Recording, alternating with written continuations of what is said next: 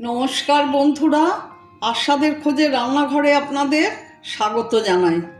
আজ বুধবার, পূর্ণিমা, শ্রী শ্রী জগন্নাথ মহাপ্রভুর স্নানযাত্রা। আজ আমি আমিষ নিরামিষ কোনো রান্নার রেসিপি দেখাবো না। আমি আজ আমের মালপোয়া করব।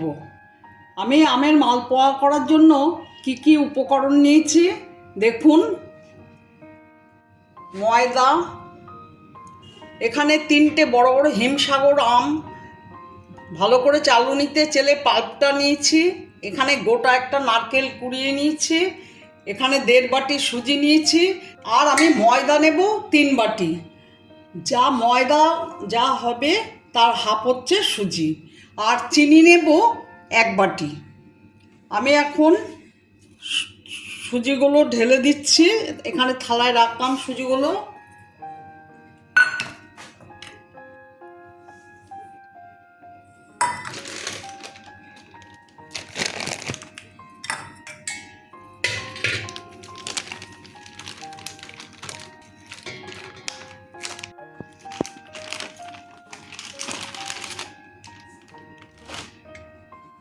তিন বাটি ময়দা নিয়ে নিলাম।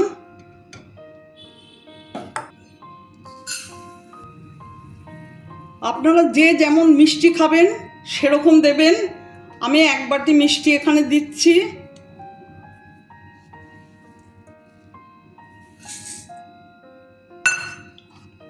এখানে দুধ নিয়েছি। দুধ দিয়ে এটা ব্যাটারটা তৈরি করব।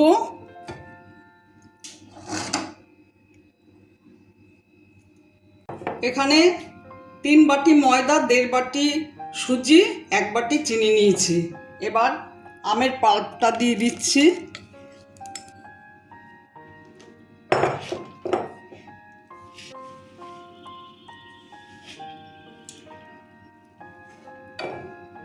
দুধ দিয়ে দিচ্ছি।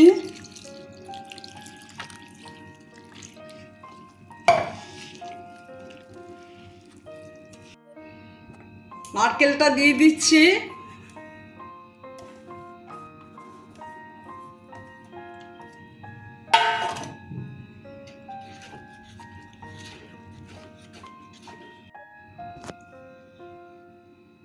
মৌরি দিয়ে দিচ্ছি।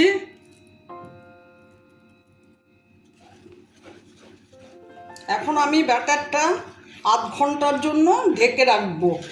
আধ ঘন্টা পরে আমি ভাজবো। গ্যাস অন করছি। আমি এখন চিনি শিরাটা বানাবো।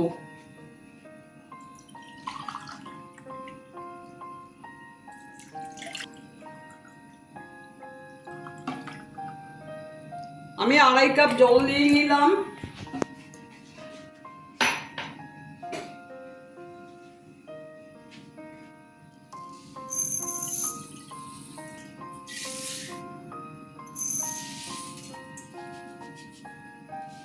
দেড় কাপ চিনি নিলাম। 4টে ছোট এলাচ দিয়ে দিলাম।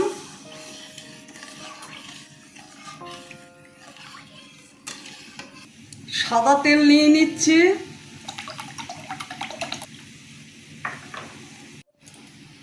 লেবুর টুকরো দিয়ে দিলাম।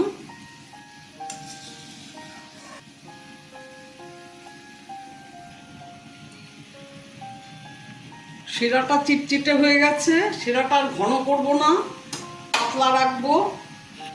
শিরার মধ্যে 1 চামচ ঘি দিয়ে দিলাম। গ্যাস অফ করে দিলাম। এদিকে তেল গরম হয়ে গেছে। মালপোয়াগুলো ভাজতে শুরু করব।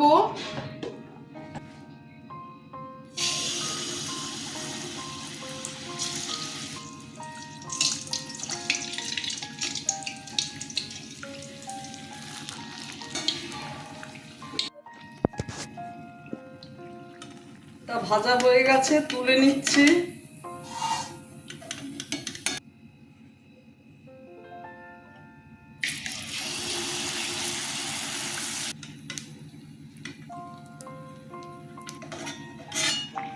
আমার সব মালপোয়া ভাজা হয়ে গেছে।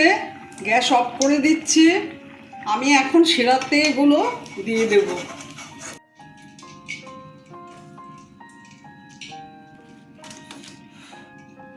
আমার ভিডিওটা যদি আপনাদের ভালো লেগে থাকে প্লিজ একটা লাইক, শেয়ার ও অবশ্যই সাবস্ক্রাইব করে দেবেন, সাথে কমেন্টস দেবেন। আপনারা এইভাবে মালপোয়া করে অবশ্যই খাবেন, দেখবেন ভীষণ ভালো লাগে। শিরাতে ফেললে খুব খেতে সুন্দর হয়। আর এর মধ্যে নারকেল দেওয়া রয়েছে, আর এইভাবে শিরার মধ্যে দেবেন, ভালো লাগবে খেতে। আমি সব শিরার মধ্যে দিয়ে দিচ্ছি।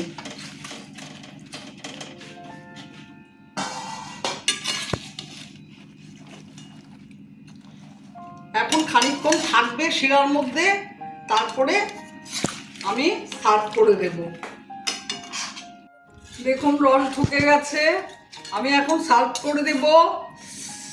আপনারা মালপোয়া খান ঠিকই, আমের মালপোয়া কি খান? যদি খান তো ঠিকই আছে, আর না খেলে এইভাবে আম দিয়ে মালপোয়া করে অবশ্যই খাবেন। আমি এখন সার্ভ করে দেব।